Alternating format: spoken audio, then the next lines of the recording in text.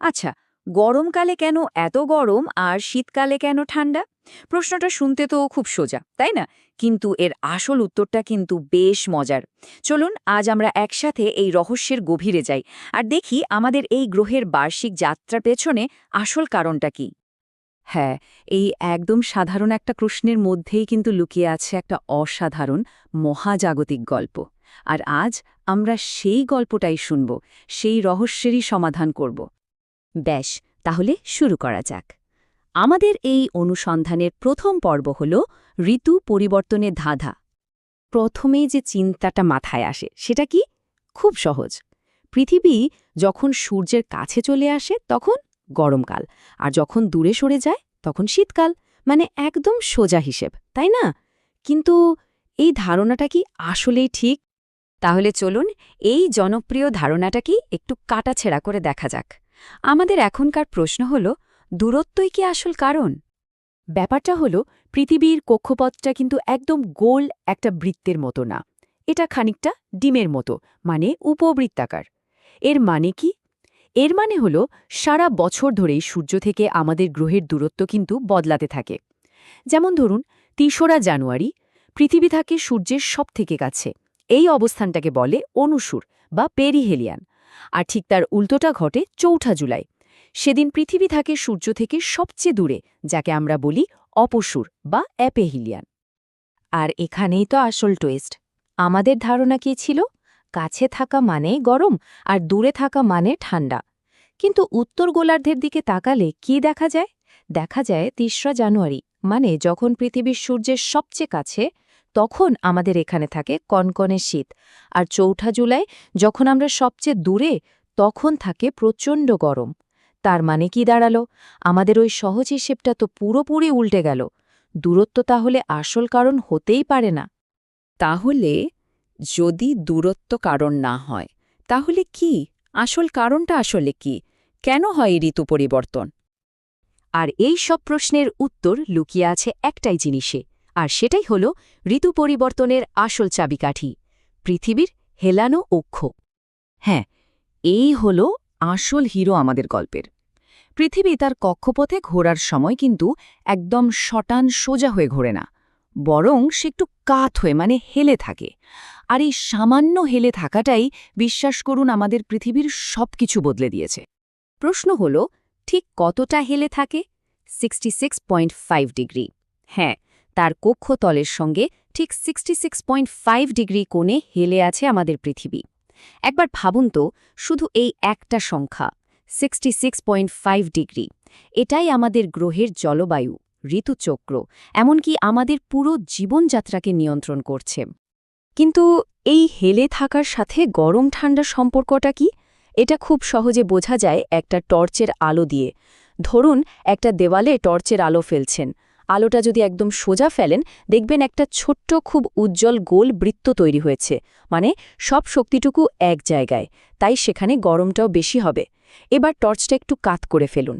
দেখবেন আলোটা ছড়িয়ে গিয়ে একটা বড় আবছা ডিমের মতো আকার নিয়েছে। মানে একই শক্তি এখন অনেক বড় জায়গা জুড়ে ছড়িয়ে পড়েছে, তাই এর তেজও কমে গেছে। সূর্যের আলোর ক্ষেত্রেও কিন্তু ঠিক এই ঘটনাই ঘটে। তো এই হেলানো অবস্থাতে পৃথিবী যখন বছর ধরে সূর্যের চারদিকে ঘোরে, তখন 4টে খুব স্পেশাল দিন বা মুহূর্ত আসে। চলুন এবার সেই সংক্রান্তি আর বিষুবের যাত্রাপথে একটু ঢু মেরে আসি। এই যে পৃথিবী সূর্যের চারপাশে ঘুরছে, তার এই হেলে থাকা অক্ষের কারণেই বছরের 4টে আলাদা আলাদা সময় 4টে বিশেষ অবস্থান তৈরি হয়। এর মধ্যে দুটোকে আমরা বলি সংক্রান্তি বা সলস্টেস, আর দুটোকে বলি বিষুব বা ইকুয়েনক্স। আর এই 4টে দিনকে বলা যেতে পারে 4টে ঋতুর প্রবেশদ্বার। প্রথমে আসি 21শে জুনের কথায়। এই দিন কি হয়? উত্তর গোলার্ধ সূর্যের দিকে সবচেয়ে বেশি হেলে থাকে। ফলে সূর্যের আলো প্রায় খাড়াভাবে এসে পড়ে এই অঞ্চলের উপর। ফল, বছরের সবচেয়ে বড় দিন, আর এখান থেকেই শুরু হয় আমাদের গ্রীষ্মকাল। এবার ঠিক 6 মাস পর 22শে ডিসেম্বরের ছবিটা ভাবুন। পুরো উল্টো ঘটনা। এবার উত্তর গোলার্ধ সূর্য থেকে সবচেয়ে দূরে হেলে আছে। সূর্যের আলো আসছে অনেক বাঁকাভাবে, ছড়িয়ে ছিটিয়ে, তাই দিন হয়ে যায় বছরের সবচেয়ে ছোট, আর আমাদের দরজায় কড়ানাড়ের শীত। আচ্ছা, তাহলে মাঝের সময়গুলোয় কি হয়? যেমন ধরুন 21শে মার্চ আর 23শে সেপ্টেম্বর। এই দুটো দিনে পৃথিবী এমন একটা অবস্থানে থাকে যখন তার হেলে থাকা অক্ষটা না সূর্যের দিকে ঝুঁকে থাকে না সূর্য থেকে দূরে, মানে একদম মাঝামাঝি। ফলে সূর্যের আলো সরাসরি পড়ে নিরক্ষরেখার ওপর। আর তাই এই দুটো দিনে গোটা পৃথিবীতে দিন আর রাত একেবারে সমান সমান হয়। এই বিশেষ দিন দুটোকে বলা হয় বিষুব বা ইকুয়েনক্স। কিন্তু এই যে বিশাল মহাজাগতিক ক্যালকুলেশন, এটা কিন্তু শুধু আবহাওয়া বদলের মধ্যে সীমাবদ্ধ নেই। এটা আসলে একটা বিশাল ঘড়ির মতো, যেটা আমাদের জীবনকে প্রতিটা মুহূর্তে নিয়ন্ত্রণ করছে। কিভাবে? চলুন সেটাই দেখি। আমরা সবাই জানি যে এক বছর মানে ৬৬৫ দিন। কিন্তু আসল সত্যিটা হলো সূর্যকে একবার পুরোপুরি ঘুরে আসতে পৃথিবীর ঠিক ৬৬৫ দিন সময় লাগে না। সময় লাগে আসলে ৬৬৫ দিন, ৫ ঘন্টা, ৪৮ মিনিট আর ৪৬ সেকেন্ড। তো এই যে বাড়তি প্রায় ৬ ঘন্টা, এর হিসাবটা মেলানো হবে কি করে? এই হিসাবটা মেলাতেই প্রতি ৪ বছর পরপর ক্যালেন্ডারে একটা এক্সট্রা দিন যোগ করা হয়, আর সেই বছরটাকেই আমরা বলি অধিবর্ষ বা লিপ ইয়ার।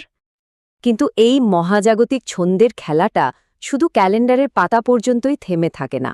এর প্রভাব আমাদের জীবনে, আমাদের সংস্কৃতিতে আরও অনেক অনেক গভীর। একবার ভেবে দেখুন, এই যে ঋতু বদলায়, এর উপর ভিত্তি করেই তো ঠিক হয় কখন কোন ফসল ফলানো হবে। আমাদের সব উৎসব, পার্বণ সবকিছুই তো এই ঋতুচক্রকে ঘিরে আবর্তিত হয়। আচ্ছা, শরতের আকাশে পিজা তুলোর মতো মেঘ না দেখলে কি দুর্গাপুজোর আমেজ আসে? কিংবা পৌষ মাসে কনকনে ঠান্ডায় খেজুরের রসের পায়েস? সবই তো আসলে এই একই মহাজাগতিক ছন্দের এক একটা তাল। তাহলে পুরো আলোচনাটাকে যদি আমরা এক জায়গায় নিয়ে আসি, তাহলে 4টে মূল পয়েন্ট মাথায় রাখলেই চলবে। প্রথমত, মহাকর্ষ আর গতি, এই দুটো শক্তি পৃথিবীকে তার কক্ষপথে ধরে রেখেছে। দ্বিতীয়ত, ঋতু পরিবর্তনের আসল কারণ দূরত্ব নয়, বরং পৃথিবীর হেলে থাকা অক্ষ। তৃতীয়ত, সূর্যের আলো কতটা খাড়া বা কতটা বাঁকাভাবে পড়ছে তার উপরেই নির্ভর করে তাপমাত্রা কমবে না বাড়বে। আর সবশেষে সংক্রান্তি আর বিষুব, এই 4টে দিনই হল গোটা বছরের এক একটা মাইলস্টোন।